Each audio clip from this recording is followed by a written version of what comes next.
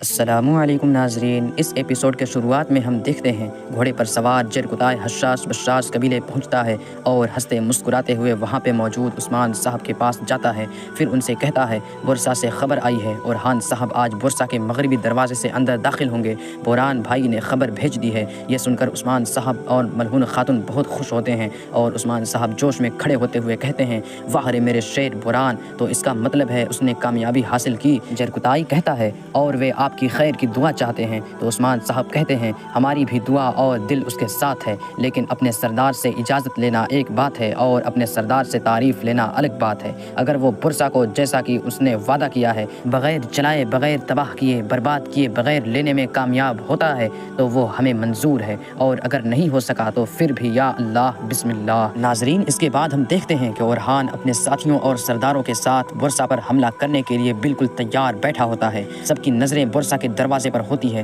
اندر موجود بوران ایک طرف سے چھپ کر دروازے کو دیکھتا ہے جہاں پہ دو بازنطینی سپاہی تعینات ہوتے ہیں۔ بوران لڑکھڑاتے لڑکھڑاتے آگے بڑھتے ہوئے ان کے پاس آتا ہے تو وہ سپاہی ایک دم سے پوچھتے ہیں تمہیں کیا ہوا ہے اور اس طرف کہاں جا رہے ہو؟ ان کے قریب پہنچ کر بوران کوئی جواب نہیں دیتا اور پل بھر میں انہیں کاٹ ڈالتا ہے۔ پھر آگے بڑھتے ساتھ ہی دروازہ کھول دیتا ہے۔ یہ منظر دیکھتے ہوئے کارا خلیل پرجوش انداز میں کہتا ہے میرے سردار بوران نے کر دکھایا۔ تو اورحان سپاہیوں سے کہتا ہے میری طرف سے اشارے کا انتظار کرنا، ہم نے برسا کو تباہ نہیں کرنا۔ بوران مشعل کے ذریعے ان کی جانب اشارہ دیتا ہے اور یہ اشارہ ملتے ساتھ ہی اورحان اپنے ساتھیوں کے ساتھ آگے بڑھنا شروع ہو جاتا ہے، جبکہ علاؤالدین شاہین بے اور باقی سرداروں کے ساتھ وہیں پہ انتظار کرتا ہے، کیونکہ منصوبہ اورحان کا ہے اور حکم بھی اورحان کا ہے کہ تم نے یہاں پہ انتظار کرنا ہے جب تک کہ حکم نہ مل جائے۔ علاؤالدین دروازے کی جانب دیکھتے ہوئے کہتا ہے شکر ہے اللہ کا کہ بوران بے نے دروازہ کھول دیا ہے۔ تو شہنشاہ بے کہتا ہے تم نے شکر ادا کرنے کے لیے جلدی کر دی ہے۔ پھر علاؤالدین سپاہیوں سے کہتا ہے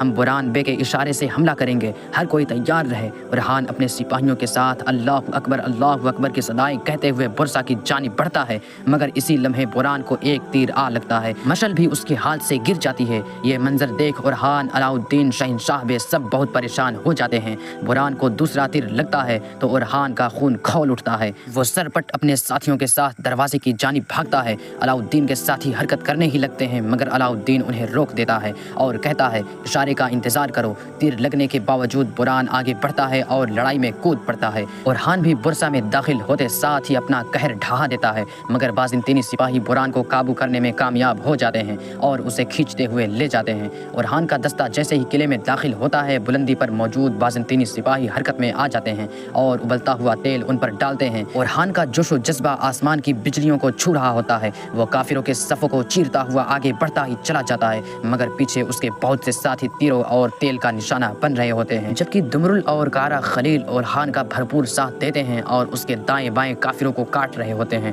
بلندی پر سے پوری آب و تاب کے ساتھ تیر برس رہے ہوتے ہیں۔ جنگ میں بازنطینیوں کے تیر یہ نہیں دیکھتے کہ سامنے اپنا ہے یا دشمن۔ اپنے آس پاس موجود کافروں کو جہنم واصل کرنے کے بعد اورحان قلعے کے اندرونی حصے میں داخل ہونے ہی لگتا ہے کہ ایک دروازہ اس کے سامنے آ گرتا ہے۔ باہر کا دروازہ بھی بند ہو جاتا ہے اور وہ بیچ میں پھنس جاتے ہیں۔ بہت سے خواب لے کر اندر داخل ہونے والا اورحان بے بسی کی تصویر بن جاتا ہے۔ اسی لمحے اورحان کے ایک سپاہی کا پاؤں نرم مٹی پر آتا ہے تو وہ ایک دم سے اورحان کو پکارتا ہے، مگر اسی لمحے ایک آگ والا بازنطینی تیر اس مٹی پر آ لگتا ہے اور شعلے بلند ہو جاتے ہیں۔ زوردار دھماکے سے سپاہی دور دور جا گرتے ہیں۔ برسا کے اندر سے اڑتے ہوئے شعلے دیکھ کر باہر انتظار کرتا ہوا علاؤالدین بھی بہت زیادہ پریشان دکھائی دیتا ہے۔ یکے بعد دیگرے کئی دھماکے ہوتے ہیں، برسا کی زمین لرز جاتی ہے اور حان کے کئی سپاہیوں کے چیتھڑے اڑ جاتے ہیں اور ہر طرف آگ ہی آگ پھیل جاتی ہے اور حان کے بہت سے سپاہی آگ کی لپیٹ میں دکھائی دیتے ہیں۔ آگ اور حان کے بازو پر بھی جا پہنچتی ہے، لیکن اپنے سپاہیوں کو جلتا ہوا دیکھ کر اسے اس چیز کا احساس تک نہیں ہوتا۔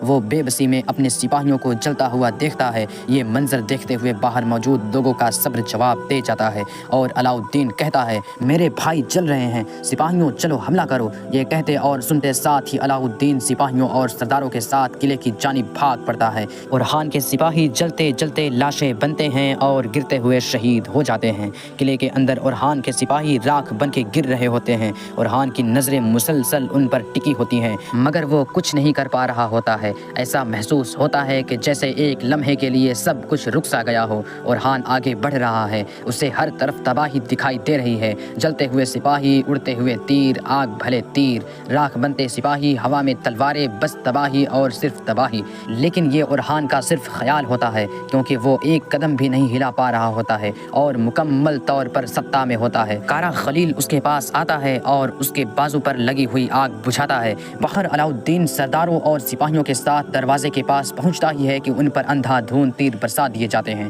سردار شاہین شاہ بھی بڑی جرت اور بہادری کے ساتھ آگے بڑھتا ہے۔ آخر کار وہ سب بھاگتے ہوئے دروازے تک جا پہنچتے ہیں، مگر دروازہ بند ہوتا ہے اور اوپر سے تیر نہیں رکتے۔ کئی تیر ڈھالوں میں لگتے ہیں اور کئی شہید گرا جاتے ہیں۔ علاؤالدین شاہین شاہ اور باقی سب چیخ چیخ کے انہیں پکار رہے ہوتے ہیں، مگر اورحان اب بھی سکتے میں ہوتا ہے اور کوئی آواز نہیں سن پا رہا ہوتا ہے۔ یہ دیکھ کر وہ سب دروازہ کھولنے کی بھرپور کوشش کرتے ہیں۔ علاؤالدین کی زبان پر مسلسل اورحان اورحان اورحان ہوتا ہے۔ اسی لمحے پیچھے سے گورنر ساروز اور کلاودیوس کے ساتھ سامنے آتا ہے اور وہ اورحان کو پکارتا ہے تو اورحان پلٹ کے اسے دیکھتا ہے۔ کلاودیوس کہتا ہے، اورحان، کیا تم نے واقعی سوچا کہ برسا میں داخل ہونا اتنا آسان ہے؟ اورحان، برسا کے تمہارے خواب ختم ہو گئے۔ باہر علاؤالدین مسلسل دروازہ کھولنے کی کوشش کر رہا ہوتا ہے، جبکہ اس کے ساتھی بھی بازنطینیوں کے برستے ہوئے تیر روکنے کی کوشش کر رہے ہوتے ہیں اور ساتھ میں انہیں بھی جہنم واصل کر رہے ہوتے ہیں۔ یہ دیکھ کر بازنطینی ان پہ ابلتا ہوا تیل پھینکتے ہیں اور ساتھ ہی اس تیل میں آگ والے تیر بھی چھوڑ دیتے ہیں، جس کی وجہ سے ڈھالیں جلنا شروع ہو جاتی ہیں۔ اورحان پلٹتا ہے، سپاہی سے تیر لیتا ہے اور ایک قدم کلاودیوس کی جانب وہ تیر چھوڑ دیتا ہے، مگر بازنطینی سپاہی کی ڈھال اس تیر کو روک لیتی ہے۔ اورحان کو حصار سے باہر نکلتا ہوا دیکھ کر سپاہی اسے کھینچتے ہوئے حصار میں کرنے کی کوشش کرتے ہیں، مگر اورحان خود کو چھڑاتے ہوئے کلاودیوس سے کہتا ہے، تمہارا ڈراؤنا خواب ابھی شروع بھی نہیں ہوا۔ سپاہی اورحان کو کھینچتے ہوئے حصار میں کرتے ہیں اور پیچھے ہٹنا شروع ہو جاتے ہیں۔ کلاودیوس کہتا ہے، امید ہے تم نے اپنا سبق سیکھ لیا ہوگا۔ ساروس کہتا ہے، میری زندگی میں دیکھی گئی سب سے خوبصورت جنگ۔ علاؤالدین اور اس کے ساتھی زور لگاتے ہوئے کہتے ہیں، اے اللہ، مدد فرما، مدد فرما۔ کافی دیر کی کوشش کے بعد بلا آخر وہ دروازہ تھوڑا سا اٹھاتے ہیں اور اس کے نیچے لکڑی رکھ دیتے ہیں۔ یہ راستہ ملتے ساتھ ہی سپاہی وہاں سے نکلنا شروع ہو جاتے ہیں اور ساتھ ساتھ میں زخمیوں کو بھی نکالنے کی کوشش کرتے ہیں۔ آہستہ آہستہ اورحان اور اس کے باقی سب ساتھی بھی نکلنے میں کامیاب ہو جاتے ہیں۔ اگلے منظر میں اورحان بہت غصے میں اپنی قرارگاہ جا پہنچتا ہے۔ وہ میز کا سہارا لیتا ہے اور ان تمام واقعات کو یاد کرتا ہے جو برسا میں اس کے ساتھ بیتے ہیں۔ دھماکے، سپاہیوں کا جلنا، جھلسنا، شہید ہونا، تباہی، سب کچھ۔ ان خیالات کے بعد اورحان بہت غصے میں میز الٹ دیتا ہے، اس لیے اس کے ساتھی دمرل اور بالابان وہاں پہ آتے ہیں اور دمرل کہتا ہے، نہ گرنے والی ذات صرف اللہ کی ہے، آپ صرف ہمارے سردار نہیں بلکہ ہمارے بڑے بھائی ہیں۔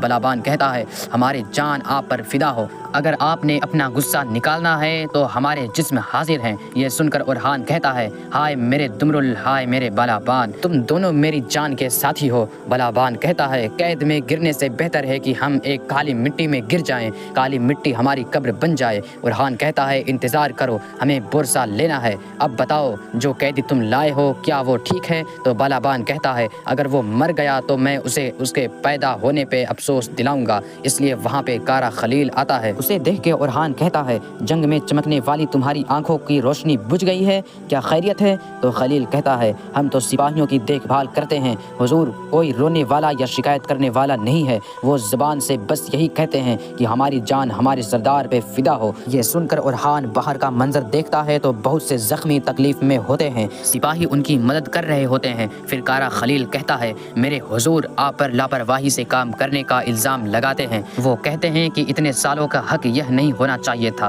تو اورحان کہتا ہے، خلیل، جس کا جو حق ہے وہ لیتا ہے اور جو سر اٹھاتا ہے اس کا سر بھی کاٹ دیا جاتا ہے۔ کیا ہم نے اس راہ پر قسم کھا کے سفر شروع نہیں کیا تھا؟ کیا ہماری روایات ہمیں قسم توڑنا سکھاتی ہیں؟ پھر اورحان آگے بڑھتا ہے اور خیمے میں موجود شہداء کو دیکھتے ہوئے کہتا ہے، انا للہ و انا الیہ راجعون۔ جب ترک کا غصہ ابلتا ہے تو کیا تلواریں میان میں رہتی ہیں؟ تو اورحان کے ساتھی تلواریں نکالتے ہیں اور ایک ساتھ ہو کر کہتے ہیں، اگر رہتی ہے تو ہم زمین پر گر جائیں، ہم مٹی کی طرح بکھر جائیں۔ اورحان پھر پوچھتا ہے، جب انتقام کی آگ بھڑکتی ہے تو کیا رک جانا چاہیے؟ جواب میں اس کے جانباز کہتے ہیں، اگر ہم رکتے ہیں تو ہمیں اس تلوار سے کاٹ دیا جائے جو آسمان میں جا کر سرخ ہو کر نکلتی ہے۔ پھر اورحان کہتا ہے، اب وہ مجھے برسا لینے سے روک نہیں پائیں گے۔ برسا میرے دادا ارطغرل غازی، میرے بابا عثمان کا خواب ہے، اگر ہم اس خواب کو پورا نہیں کر سکتے تو اللہ کی لعنت ہو ہم پہ، ہم برسا فتح کریں گے، اللہ ہمارا مددگار حامی و ناصر ہو۔ اب جاؤ اور اس قیدی سے بات کرو،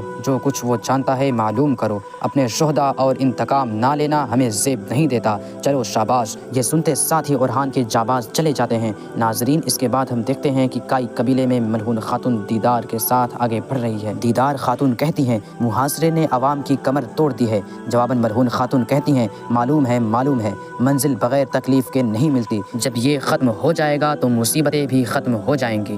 پھر خواتین کو دیکھ کر چلاتے ہوئے کہتی ہیں فوج کو کھانا جائے گا، تم نے ابھی تک اسے مکمل کیوں نہیں کیا؟ نیلوفر کہاں ہے؟ وہ اپنے کام پہ کیوں نہیں ہے؟ حفصہ آگے بڑھتی ہے تو وہاں پہ آنے والی گونچا کہتی ہے ماں وہ خواتین کے ساتھ جنگل کے غار میں گئی ہے۔ تو دیدار کہتی ہے وہ نئی ایجاد کے پیچھے ہے، وہ کہتی ہے کہ جنگ کی تقدیر بدل دے گی، کیا یہ سچ ہے گونچا؟ تو گونچا خاتون کہتی ہیں وہ ایک نئی دوا بنا رہی ہے اور اس لیے جنگل میں گئی ہے۔ ملعون خاتون گونچا کو لے کر ایک طرف ہو جاتی ہیں اور کہتی ہیں تم بھی تو کئی سالوں سے امید لگائی ہو کہ امید سے ہو جاؤں گی، اور کیا تم جڑی بوٹیوں سے مدد مانگتی ہو؟